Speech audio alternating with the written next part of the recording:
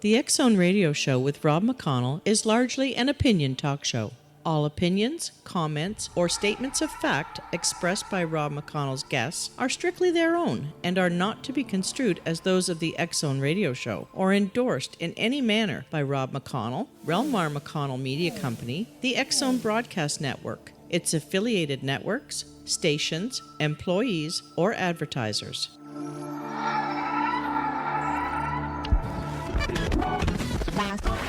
All Hit Radio.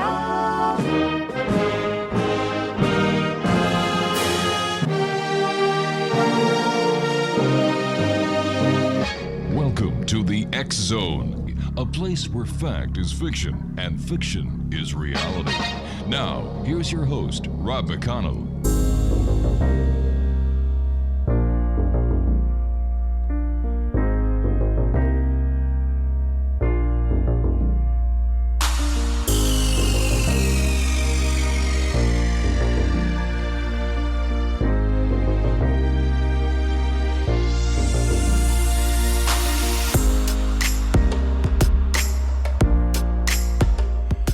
And welcome to the X Zone, everyone. I am Rob McConnell, and for the next 4 hours, I am your host. I am your guide as together we cross the time-space continuum to this place that I call the X Zone. It's a place where people dare to believe and dare to be heard. It's a place where fact is fiction and fiction is reality. And the X Zone comes to you Monday through Friday from 10 p.m. Eastern until 2 a.m. Eastern, right here on the X Zone Broadcast Network, Talkstar Radio Network, Mutual Broadcast Network, Simul Radio, Simul TV, and iHeartRadio. If you'd like to send me an email, it's very simple, xzone@xzoneradiotv.com on all social media sites, Xzone Radio TV. And if you'd like to find out more about the radio programming that we have available for you 24/7, 365 on the Xzone Broadcast Network, visit www.xzbn.net. Exonation, my guest this hour is Paul Rimmasch, and he graduated from Weber State University in Ogden, Utah, with a bachelor's degree in forensic science and a minor in photography. He has worked as a crime scene investigator for Weber-Metro CSI for the past 21 years and is a 3-time recipient of the Weber County Sheriff's Office Medal of Merit. Paul has certifications through the International Association for Investigations in Latent Fingerprint Examination and Forensic Photography. He is the Utah representative on the Western Identification Network Latent Fingerprint Committee. Now, Paul's first novel, The Lost Stones, was published in 2011, followed by a sequel, The Lost Mines, in 2015. Paul has also published scientific papers in the Journal of Forensic Identification and Ancient American Magazine, and is also a contributing writer to KSL.com. He is an adjunct professor at Weber State University and is active in the training of law enforcement officers and crime scene investigators. Joining me now is Paul Rimmasch. And Paul, welcome back to the X Zone. Oh, Rob, it's so good to be with you. I'm telling you, after our last visit that you had just a couple of months ago, when we were talking about Utah, we were talking about Montezuma's lost treasure, the presence of gold in Utah mountains. We talked about the Aztec records. So many people sent me emails saying, well, how come we don't know about this? And it's very simple. Tell them why. Because it hadn't been on yet. That's how they Yeah, that's right. That's right. Yeah, well, I'm glad you had a lot of good feedback on it because it is truly hidden history. It really is. And as you and I were talking last time, hidden history to me is a crime because people should be able to understand the reality of our existence, not just as painted and printed by academia. Right. And it is just, it's troubling and mysterious why so many of these interesting things are just kept from us. I really, we talked about it when I was on before, just have a hard time wrapping my mind around it. Have there been any other developments since you and I last talked a couple of months ago? Not on that front. I haven't been doing too much research in that as I'm getting this ghost book and everything launched, and so yeah, I haven't done too much reading. So yeah. Well, tell me what. Not anything new. So tell me, what does the paranormal have to do with forensic crime scene photography, investigation, and the ancient Aztecs in Montezuma's treasure. It's all the wonderful things I've been interested in. So it really doesn't have much to do with the hidden history aspect of it. So I love, that's my favorite thing to research and to study, the hidden history and forbidden archaeology and those things. Those have been a passion of mine ever since I was a kid. I just love that stuff. And that's when I, write my novels and do my research, that's really what I'm interested in. But, I mean, this project that we're talking about tonight, where that came about is in my work in law enforcement and in forensic science after all these decades, it came to me through various times just talking to people and some experiences that some of my friends had that this law enforcement is very close to things that are strange and things that are paranormal. We're just kind of walking among them. And probably the thing that really launched it off, well, I guess there's two things. Let me back up. So Rob, you have some experience in law enforcement too, isn't that correct? Isn't that what you were telling me? Yeah, that's right. I was a police officer, a police investigator. I worked warrants. All right. So you'll know this as well. One of the things I enjoy about law enforcement is the camaraderie among the people you work with, and also the storytelling culture. Yeah. So as you remember, there's on TV, everything's really exciting in law enforcement and forensics, but in reality, there's a lot of downtime. Mm-hmm. And you're waiting for a search warrant to be signed, or you're waiting for other people to show up with certain equipment, or there's a lot of time where you're just kind of sitting around waiting to do stuff. And during that time, I love the stories that people tell, because there's not much else to do while you're just sitting there than tell stories. And did you notice that when you worked in the business too? Was it just the stories, the rich storytelling culture that existed? Very, very much so, because, as a police officer or investigator, you have to be very detailed when you write reports, because every little piece of the picture can add up to the big picture later on and where the arrest is made. So yes, when telling stories, we were very colorful.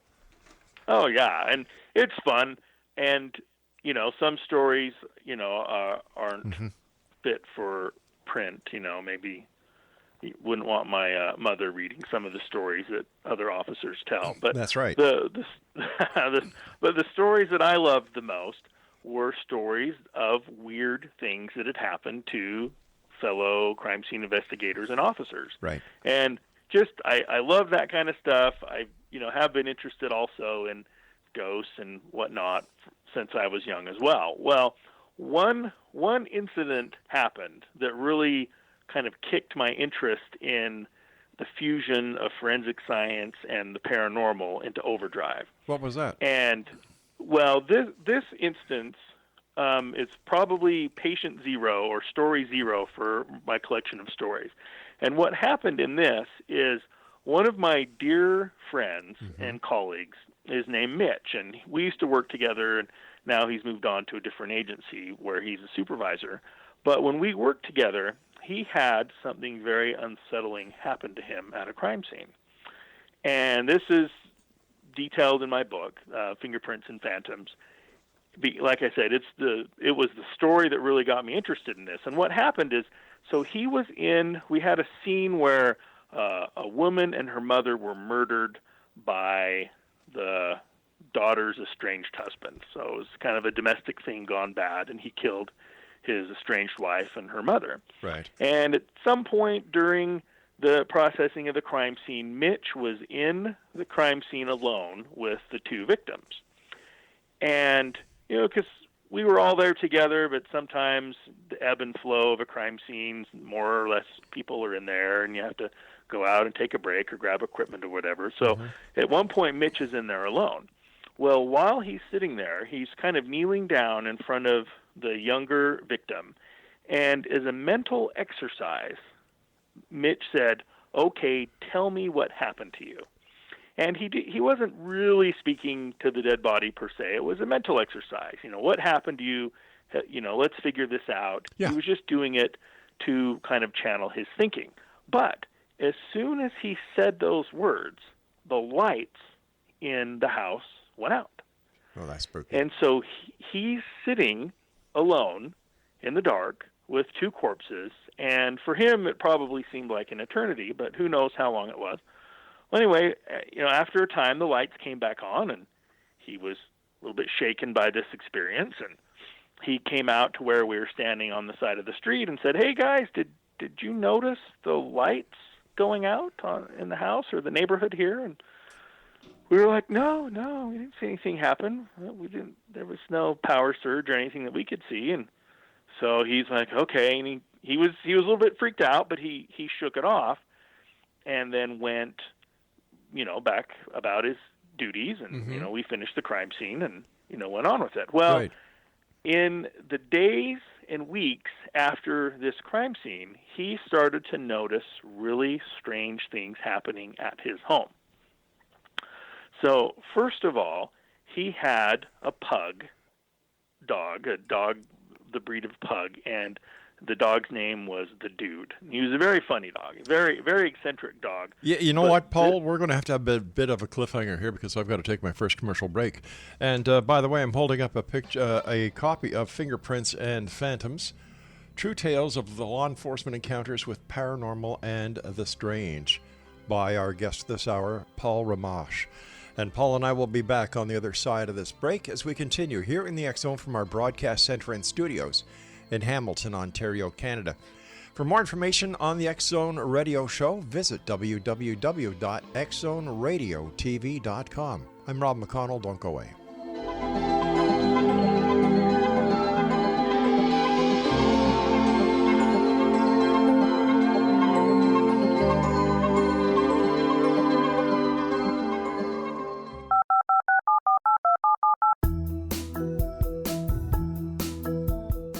Did you know that when you're on the road with limited data or Wi-Fi, you can still listen to the X Zone Radio Show with Rob McConnell, The Science of Magic with Gwilda Wiyaka, X-1, Dimension X, Space Patrol, and every minute of the X Zone broadcast network by calling 213-401-0080, courtesy of Audio Now. No smartphone, app, or internet needed. It saves your data plan and it's free if you have unlimited minutes. Call 213-401-0080 to listen on any phone, anytime, anywhere. Remember 213-401-0080 for the best of the paranormal, parapsychology, and sci-fi radio programming anywhere, 24/7, 365.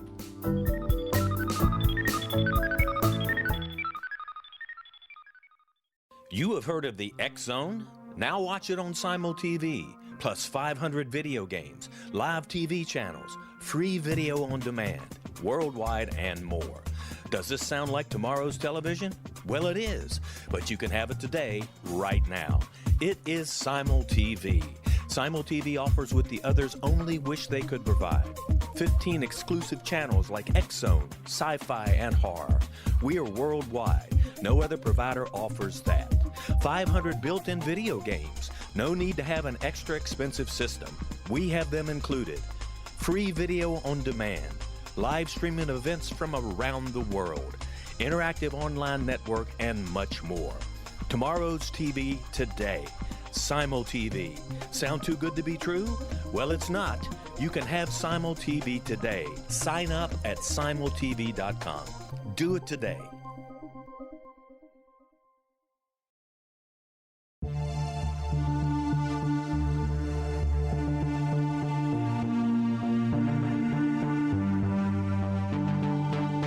We live in rapidly shifting times of extreme volatility and uncertainty. Such profound change brings a unique opportunity for the evolution of consciousness. I'm Gwilda Wiyaka, host of Mission Evolution Radio Show, a program that explores the latest scientific developments and deepening spiritual truths supporting human evolution. Join me on xzbn.net, where I interview leading experts in science, physics, medicine, spirituality, and more. By applying divergent viewpoints to leading-edge topics, we uncover expansive and evolutionary truth to assist you on your path to enlightenment. More information and past episodes are available at missionevolution.org.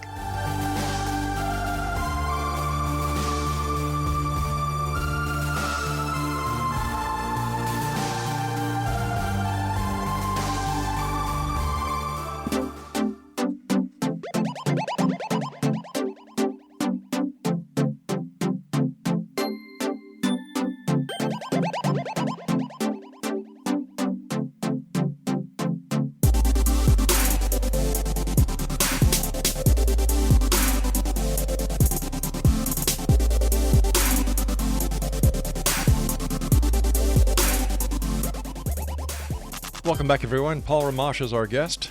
We're talking about Paul's latest book, Fingerprints and Phantoms, True Tales of Law Enforcement Encounters with the Paranormal and the Strange. And thanks very much for joining us again tonight, Paul. Where can people get copies of your book? So the book is available on Amazon, of course, and then also Walmart.com has it, BarnesandNoble.com has it. So, yeah, if you search my name and the title, Google that, it'll pop up at various locations. Excellent. By the way, in the front of the book, it has a picture of the dude. That's right. Yeah. I'm glad you got your copy of the book. I thoroughly enjoyed reading it. Well, good. I appreciate that. It's a great book. Thank you. So, all right, you're at this crime scene, and inside your partner or another officer was inside with two corpses, and he thought out loud, and the lights went off. So take it from there, my friend. Okay, so as I said, the lights went out. He was in the dark for a while. Yeah. He didn't know how long, but it felt like an eternity for him. He came out and asked us if we had noticed a surge in the power or the power bumping, and none of us had. And none of the other houses on the street or even the porch light or anything, we hadn't noticed it. So anyway, we finished up the crime scene and went on about our business. It wasn't really a whodunit case. They had the husband in custody, and so it wasn't a case that we had to just do endless follow-up on because it was, pretty cut and dry. Sure. Well, anyway, Mitch started to notice in the days and weeks after he had gone home from this scene that bizarre things were starting to happen. And the thing that he noticed first was the behavior of his dog. And yes, in the front cover of the book's kind of dedicated to his memory. The dog unfortunately passed away a few years ago, but this pug started to act extremely strange. He would be just sitting there in one of the rooms of Mitch's house, and then all of a sudden his head and his eyes would be following something as if he were watching someone walk through the room, but there was nobody there. And sometimes he would stare up in the corner and his eyes and his head would be tracking something and nothing was there. He became obsessed with certain rooms of the house. In the upstairs bathroom, for whatever reason, he would go up there and he would just bark, and he was just really obsessed with it. And Mitch just didn't know what to make of this. He's like, "What's wrong with this dog? What is going on here? He's acting like he's out of his mind." And then Mitch started to notice electrical anomalies in his house. The power in one particular room would go out, and he would check the fuse, and everything seemed fine, and the power would come back on, or his alarm clock would suddenly not be working, or other things. He would start to notice other electronic, like I said, anomalies. Well, he's not really putting this all together at this point.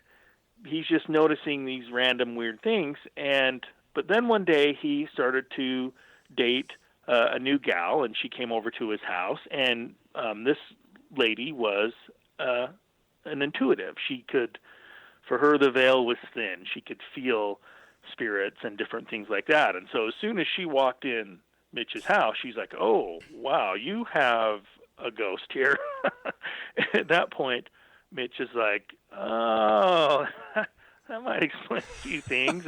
And so they started to talk about it, and with what the girl was feeling from the spirit and the things that she was asking Mitch, they eventually figured out that it was this girl who had been murdered by her husband. Wow. And that when Mitch had spoken aloud to her, she had latched onto him somehow and followed him home from a crime scene. And when we found that out, when he told us this story and we kind of put it all together, we were pretty shocked, because as crime scene investigators, you're always worried about what you're tracking into your house on your boots, right? The things that you walk through at crime scenes. You take your shoes off before you go in, or some people pull into their garage and totally strip down before they walk into their house. I have a detached garage, so the neighbors probably wouldn't appreciate if I did that. But we're always worried about bringing contamination into the house. Mm-hmm. But for the first time, we were like, what is following us home? And so this really piqued my interest in that link between the paranormal and crime scenes. And it's funny, the more people I've talked to over the years, as I've collected stories and told people about this project and different things, it's happened to other people that spirits have followed them home. And so this isn't, what happened to Mitch and the dude are not isolated instances. One of the other stories that I thoroughly enjoyed reading was Who You Gonna Call? And I'd just like to read a bit of it for our audience. To say that I've been in a few surrealist situations in my career would certainly be an understatement. In fact, there may not be more surreal profession in the entire world than law enforcement. Much of it involves being in a scene of graphic violence and not being particularly shaken up by it. I think one of the example where two of my comrades and I passed what we were doing to watch the scene from Butch Cassidy and the Sundance Kid, where the two heroes make their famous jump into the river. What is so bizarre about three coworkers, you casually watching a bit of television, you may ask? Well, there was an unfortunate soul at our feet who had been stomped to death, and the big screen television we were watching was covered with his blood. It was a very nice cast-off pattern, if I remember correctly. Yeah, that kind of shows a bit of a sense of humor, but you need it. I hoped that there were some funny elements of the book too, not just creepy. But no, but you need it in your profession. Crime scenes, the majority of times, are very graphic. They're very violent. They are the result of a dark side of humanity that very few people want to admit exist, and yet people like yourself, crime scene investigators, see it all too often. Yeah, that's right. And we're even different than the police officers in the way we have to approach a scene like that, because a lot of times the first responders, the patrol officers they might find a scene like that. They'll be the first ones to go in there and find the body and find the horrific scene. But then they pull out and call in crime scene, and then they're kind of done. So, I mean, they had I always say they had kind of the acute stress of going in there and seeing something horrible, but then they can back out. But crime scene people, the forensic people, we have to go in to that scene then and spend the next hours, days, or even weeks in that horrible scene. And so we have kind of a more chronic variety of stress where you're seeing that horrible scene over and over and over again for quite a long period of time. And so, yes, it is very, very trying on the soul. What was your second favorite story in your book? Oh, my second favorite story. That's hard to say because I love all those stories. They're like my children. But I think one of the most interesting stories involves a lady that had passed away in her trailer park. Mm-hmm. And when I got there, I found that she and all of her possessions were covered with mold. Oh. And did you read that far? I think it's chapter 9, that particular story. I've got a bookmark where I stopped. The Note. Yes. One of the most peculiar aspects of crime scene work comes from the fact that we spend a lot of time driving around town, and that once we go into a house, we may not leave it for a while. Those two facts, in and of themselves, are not peculiar, but it is the combination of the two that is. Mold. What kind of mold was it? Was it black mold? Was it the... Well, no, it wasn't. It wasn't the black kind of mold. It was the green bread mold. Oh. And it was really weird because I go in there and she was in this little single wide trailer, mm-hmm. and the bathtub or the sink had been leaking, and so the carpet was saturated, and when you stepped it made the sound, and everywhere was this thick green mold, including her. And what was really weird and creepy about the case is that we went in and worked, and there was cobwebs everywhere, and there was porcelain dolls covered with mold and cobwebs, and it was just dark and gloomy. None of the lights worked. You just had this feeling of doom and gloom when you were in there because it was just so dark. Your flashlight barely penetrated the murk. Wow. Because of all the mold and just everything. But what was bizarre is at the end, we went in and took our pictures and did the investigation, and it just looked, she was probably in her 80s, late 80s, and she was just laying in bed. Looks like she had peacefully passed away. And we have to have another cliffhanger as we go to our news break at the bottom of the hour. Exonation Paul Rimmasch is our special guest. And the name of his new book is Fingerprints and Phantoms. It's available at all online bookstores, as well as selected brick-and-mortar stores. I'm Rob McConnell. This is the X Zone. Paul and I will return on the other side of this break. Don't go away.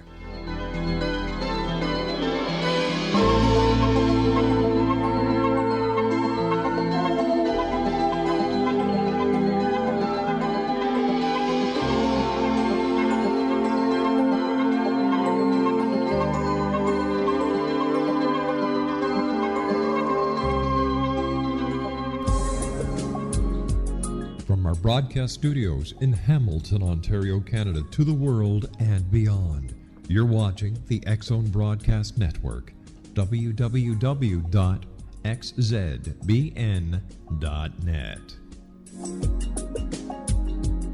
AVS Media. You have heard of the X Zone? Now watch it on Simul TV, plus 500 video games, live TV channels, free video on demand, worldwide, and more. Does this sound like tomorrow's television? Well, it is, but you can have it today, right now. It is Simul TV. Simul TV offers what the others only wish they could provide. 15 exclusive channels like X-Zone, Sci-Fi, and Horror. We are worldwide. No other provider offers that. 500 built-in video games. No need to have an extra expensive system. We have them included. Free video on demand. Live streaming events from around the world, interactive online network, and much more. Tomorrow's TV today. Simul TV. Sound too good to be true? Well, it's not. You can have Simul TV today. Sign up at simultv.com. Do it today.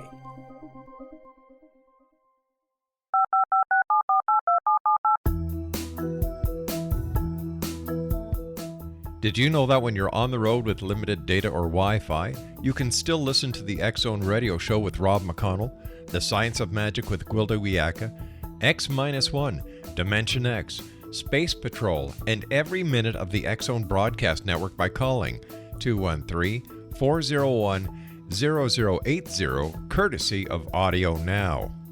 No smartphone, app, or internet needed. It saves your data plan, and it's free if you have unlimited minutes.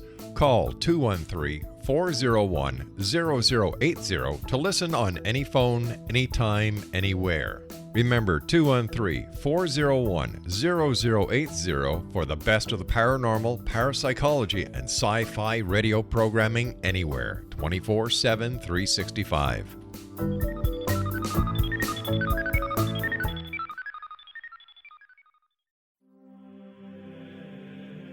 Rob McConnell here, presenting an overview for Nicholas Paul Jennings, author of a fascinating book, Amen. It presents facts revealed by Egyptologists, facts that enable us to understand why Amen is the beginning of creation of God. It provides recommendations for religious leaders of the major religions to unify their beliefs and teach the Word of God. Love one another. Amen informs people how mankind conceived God. It was the Egyptians that developed the concepts of a soul, a hereafter, and Son of God. And finally, after the worship of many gods, they conceived the belief in one universal God, the maker of all there is. For more information, visit www.futureofgodamen.com. That's www.futureofgodamen.com.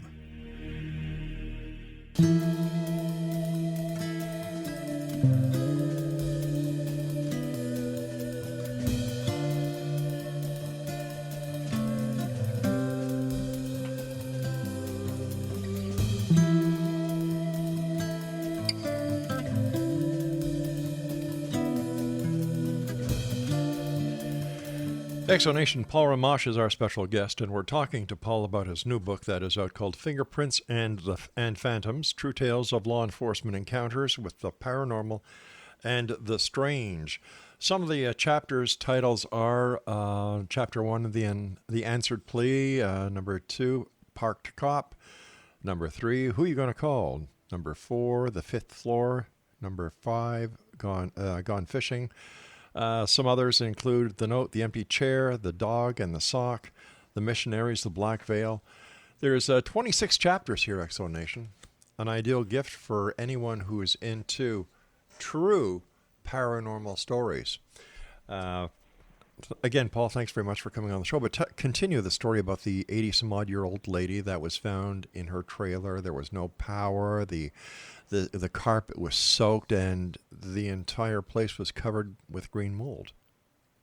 Yeah, and so, like I said, we went in, we did our investigation. Nothing looked out of place, as much as you could tell in a place like that, but nothing looked like it had been disturbed in a recent struggle or anything. And she was just laying peacefully in her bed. There was no signs of struggle. And so we, couldn't find anything to indicate that there was any foul play involved. Obviously, toxicology and autopsy still needed to be done, but we were pretty much satisfied that, we just had a natural causes death. But as I was getting ready to leave, it's my practice to do a final walkthrough. It's a really good idea once the body has been removed and you think you're done, just to go take another look in the crime scene and make sure you didn't miss anything. Right. And as I did that, I was looking around and I noticed that on her door there were a lot of old newspaper clippings and little drawings and different things, the kind of stuff people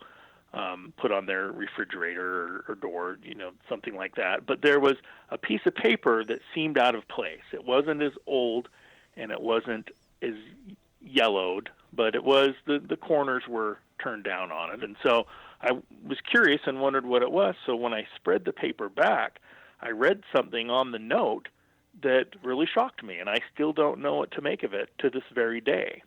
And on the note, it was written by hand, the words, "Who or what are you?" And I was like, oh, what is she talking about? Who is she talking to? Like, is she having some visitor, or is she seeing something or hearing something, or what? Like, I'm just so perplexed. Like I said, to this day, even though this was years ago, what did she mean by who or what are you? Wow. And yeah, I was creeped out then, and I still am today when I think about it. As a trained law enforcement crime scene investigator, an expert witness, a professional photographer, as well as a crime scientist, what do you make of the paranormal? How do you explain it? Can it be explained? Well, that's a really good question, because sometimes people have asked, and I've even wondered myself sometimes, is there a conflict of interest, or is it not really proper for me to be interested in these things because so many of them can't be proved? Or, all the paranormal, you really can't prove it by science. And the way I look at it, though, is I don't really have any qualms with my interest in it because of the way I was trained to think. And this is an important aspect, I think, for anyone who's doing research in forbidden subjects or paranormal or UFOs or cryptids or whatever. You have to think this way. But this is the way a crime scene investigator should think. So the way kids are taught in school to think is the scientific method, where you have a theory, and then you flesh that theory out a little bit, and then you do some experiments and to test that theory, and then at the end of your experiments, you've either proved or disproved that theory. And like I said, that is the scientific method, and that is really pushed upon, in our education system. The trouble with that approach, the trouble with the scientific method is and I think we talked about it before, was the concept of anchoring. If you've had this theory that you've been working on trying to prove for 10 years, and it's your PhD thesis and all these things, you are going to become anchored to that theory, in that any information that comes along that might not fit that theory, you are going to either ignore or try to spin or something like that. But any good investigator, whether that's a police detective or a crime scene investigator or whatever, any good investigator doesn't have a theory first and then try to prove or disprove that theory. No. They have a more bottom-up approach to knowledge, to the acquisition of knowledge. And I was taught by my mentor, Russ Dean, to think this way, and he was the master of it. He would go into a crime scene, and he wouldn't have a theory right away. He wouldn't say what he thought happened. He wouldn't even entertain those thoughts. He was in evidence-gathering mode. He would look at one piece of evidence, see how it fits to another, and see how it fits to another, and he would analyze the individual events and slowly build the knowledge from the bottom up. So instead of the top-down scientific method, he taught us to think from the bottom up. And then eventually, once all the information in the entire scene was gathered, he would then say what he thought happened, and that guy was never wrong. And it was amazing, and it was because of the way he gathered knowledge. And so when I look at some of these things that have happened to me or my friends or different colleagues, there's just some things that I can't instantly dismiss or just cast out as ridiculous. And the office we have is a really noisy building. It has a metal roof, and so when it heats or cools, there's lots of pops and groans and different things. And so a lot of my coworkers are like, "Oh, did you hear that? Our office is haunted." And I'm like, No, that's the roof. I'm actually pretty skeptical when it comes to some of these haunted stories. But another story, and it's in the book, I can't remember which chapter it is right now, but another story that happened to me early in my career, I can't explain what went on. I can't dismiss it. I can't look at the events and find any other explanation for it. And so what happened in this instance is it was another case where a husband killed his wife. They were a pretty young couple. They were getting a divorce, and it looked like it was going to be kind of amicable, but then all of a sudden he decided if he couldn't have her, nobody could, and he brutally killed her. And it was in this little apartment in one of our smaller cities up here in our county, and he had chased her down the hall, and she had gotten pinned against the bathroom door.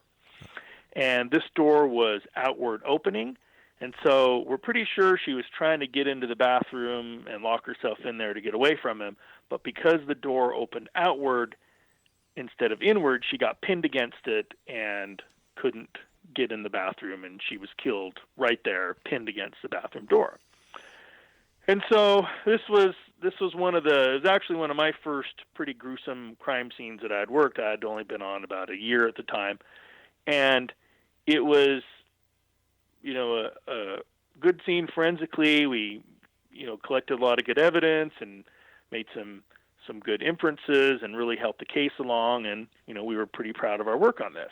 Well, a year or so later, the apartment had been cleaned up, re-rented out, and some new people were living in it. And these people had no idea what had gone on. They'd heard some vague rumor that in the apartment complex somewhere someone had been murdered, but they didn't know that it was in their unit. And so one day an officer came to their house for something completely unrelated. It was nothing to do with a homicide. He was taking a noise complaint or something like that. It was just, a pretty minor police matter. Well, at the end of it, the people, there was a man and a woman. The wife said to the officer, "Hey, did somebody get murdered in these apartments?" And the officer was like, "Well, yeah." And she said, "Well, which unit was it?" And the officer, who'd actually helped work on the case, he said, well, are you sure you want to know? And the lady's like, well, yeah, I want to know. And he said, well, this one. And the husband at the time was watching TV, and he said, oh, that explains a few things. And they seemed satisfied with the answer, and they were just going to go about the rest of their day. But this officer was interested. His interest was piqued by this whole conversation, and so he said, well, if you don't mind me asking, why did you ask those questions? All right, and we're going to have another cliffhanger here, the final one for this hour, Paul. We got to keep them wanting more, you know that, eh? All right, sounds great. That's right, Paul. Paul Rimmasch is our special guest, X-Zone Nation. He is the author of Fingerprints and Phantoms, True Tales of Law Enforcement Encounters with the Paranormal and the Strange. And Paul's book is available online at Amazon and other online book retailers, as well as brick and mortar stores. This is the X-Zone. I am Rob McConnell. Paul and I will return after we hear some words from our fine sponsors. Don't forget, the X-Zone radio TV show is now on the X-Zone TV channel on SimulTV, www.simultv.com. Don't go away.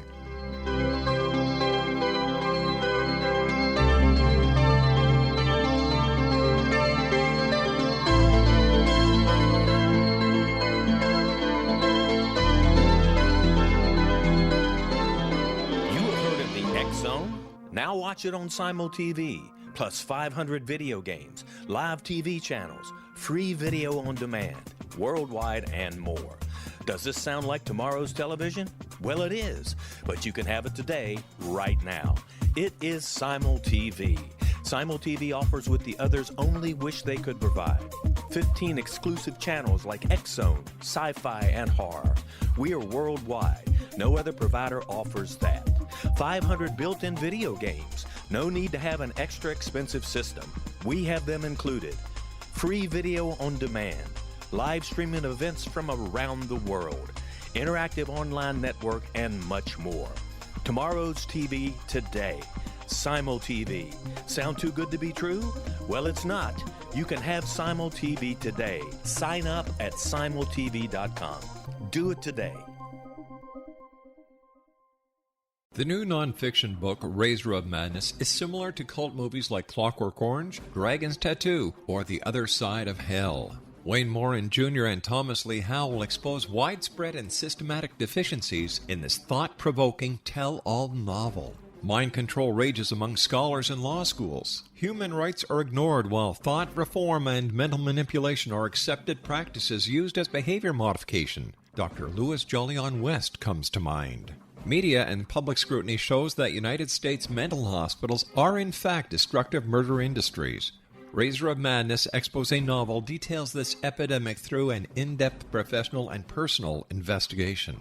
For decades, there has been a revolving door policy that still releases killers and pedophiles back into society. The maestro of mind control continues to haunt America to this very day. Razor of Madness is available in paperback or as a downloadable ebook at Amazon.com.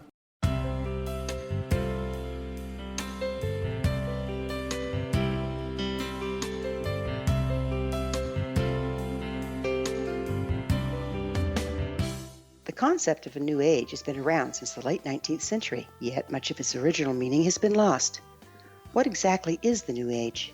Is it a religion, a collection of obscure esoteric practices, a series of doomsday predictions, or an astrological event? The New Age Chronicles is a unique complementary publication bringing reason and grounded information to separate fact from fiction. Chock full of valuable information to support you as we make the monumental shift into the new era. You won't want to miss a single innovative issue. The New Age Chronicles newspaper is coming soon to www.newagechronicles.com.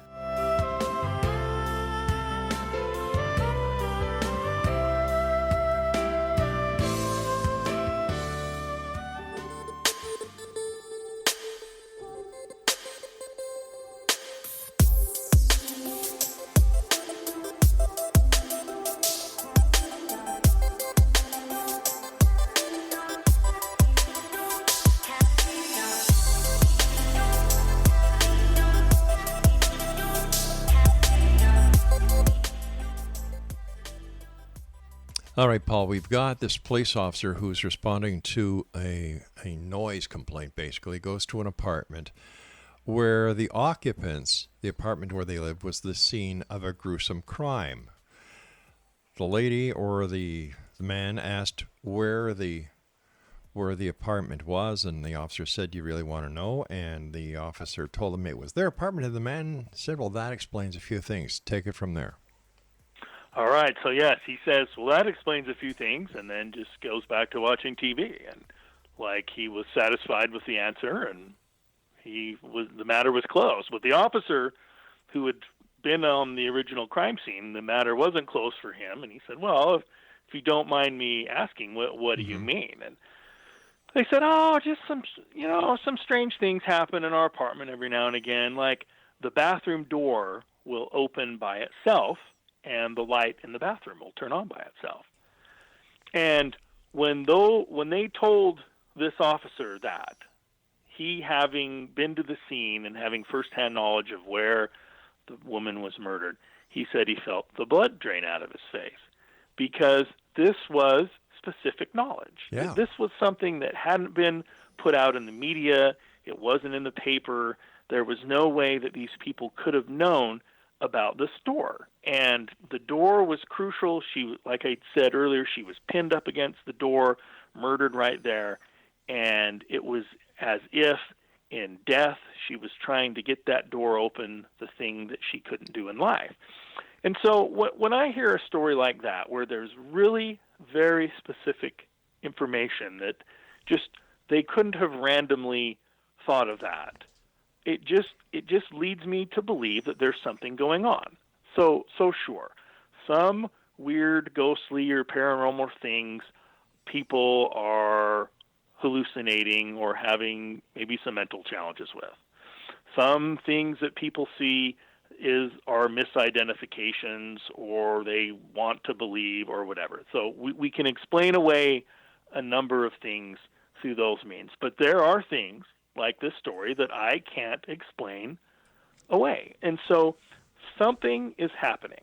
What exactly it is, I don't know. I don't pretend to be a paranormal researcher that has great theories about why this stuff's going on.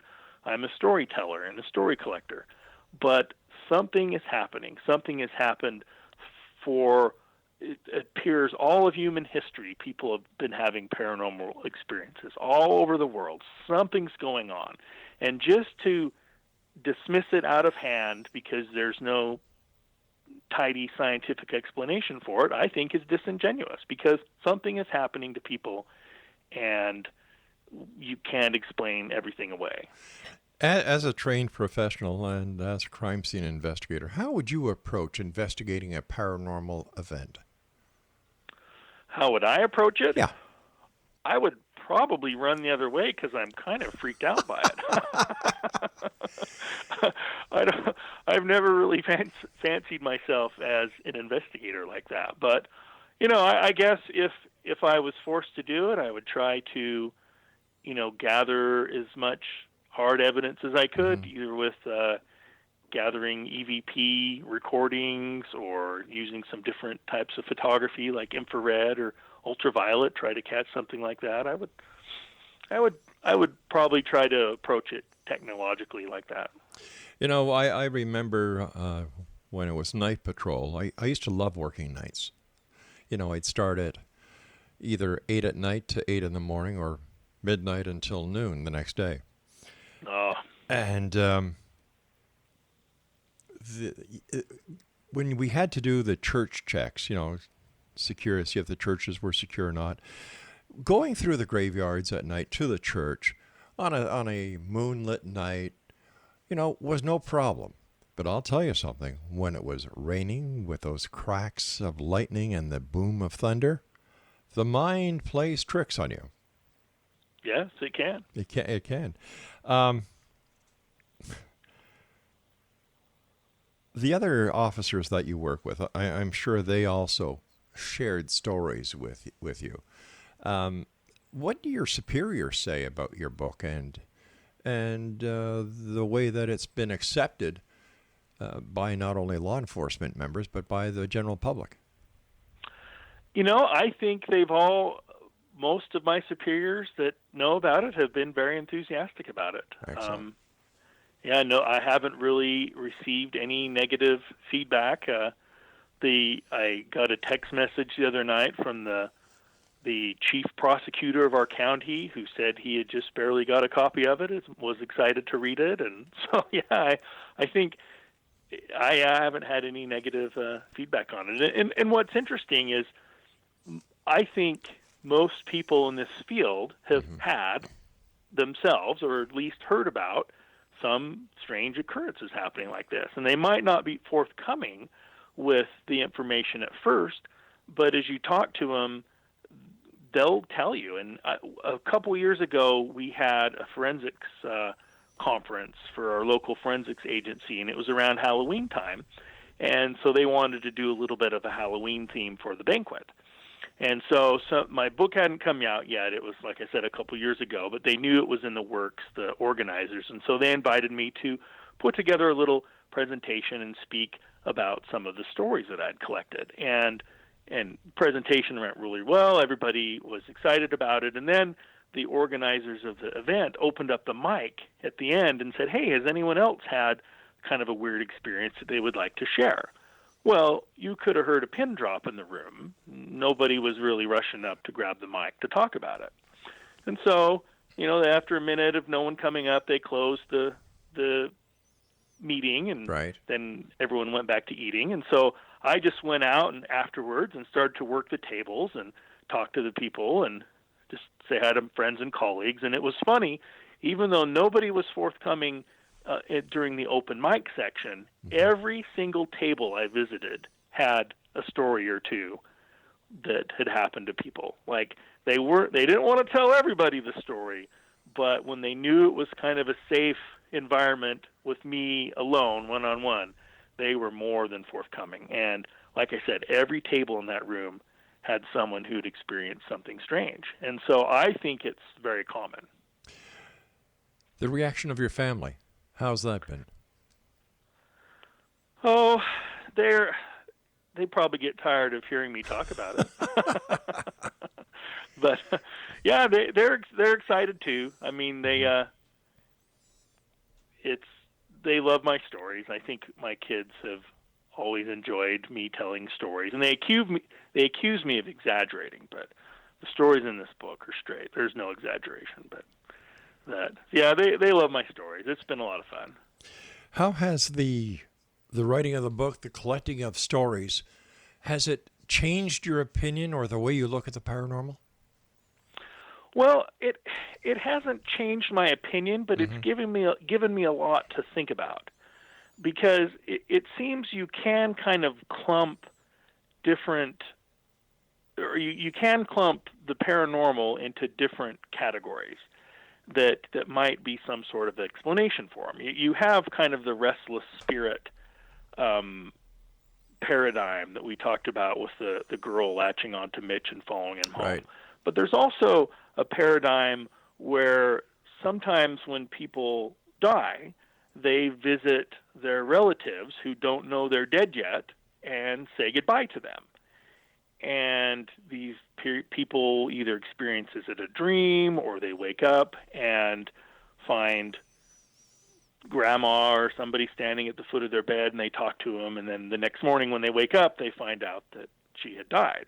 And then there's a third category that is very bizarre, and I'm not even sure what to make of it, because it appears sometimes that some of these hauntings might be a slice of time that has been captured or recorded by a place. And what leads me to talk about that is there are multiple members of my own crime scene unit who have heard my voice at the office when I was not there. Wow. That's interesting. Go ahead. No, I said that's very interesting. It is. And it's like I'm haunting my lab, but I'm not dead yet. And so what is that? Like, one of them was in our records room at about 2:30 in the morning, and I wasn't working. I was home asleep, and she was putting some files away, and she heard my voice clear as day behind her say her name. And she thought, oh, what's Paul doing here? And she turns around, and I'm not there. And another one of my coworkers heard me sneeze one time. I have a very distinctive sneeze. And she heard me sneeze from her office, and she thought, oh, what's Paul doing here? And walks out. I'm nowhere. I'm not even there.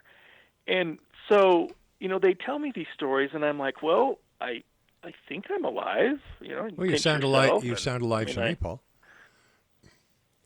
And yeah, so, I hate to do that. I hate to do this, Paul, but we've got to say so long for tonight. We're going to have you back on, as always. You're more than welcomed here. Congratulations on a great book, and just keep on trucking, my friend. And when you're out there doing your job as a law enforcement officer, be careful.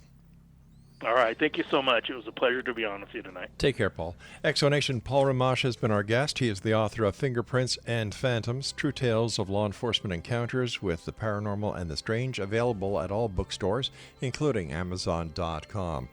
I'll be back on the other side of this commercial break at 6.5 minutes past the top of the hour as we continue here in the X-Zone from our broadcast center and studios in Hamilton, Ontario, Canada. I'm Rob McConnell. Don't go away.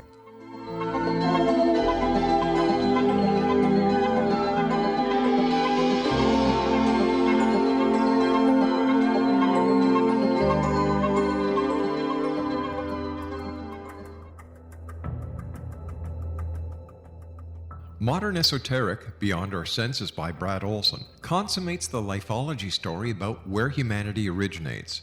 It is the lost continents, the primitive wisdom, the mythos of creation, and the rethinking of ancient history as we are taught in academia. There is much more to the story than what we have been told. As this is the first book in the Esoteric series, Modern Esoteric starts at the beginning of time and accelerates up to this modern age. Future Esoteric is book 2 in the series and takes a forward-looking position ahead of today with an open and honest examination of the ET issue and various unexplained phenomena.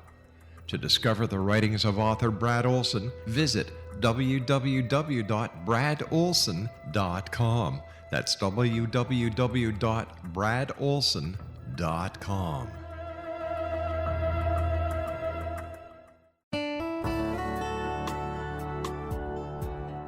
Are you or is someone you know struggling with addictions, depression, anxiety, relationships, low self-esteem, lack of confidence, grief, success, and prosperity? Do you know that your subconscious belief plays a big role in the outcome of your hard work? We can help you permanently change the beliefs that may be the reason for your struggles and failures. We care about getting you the return on your investment and the results you are looking for. We can help you be free of the limitations of your past and in realizing your highest potential. We work with people by phone and Skype. For more information, visit us at www.ritasoman.com. That's www.ritasoman.com.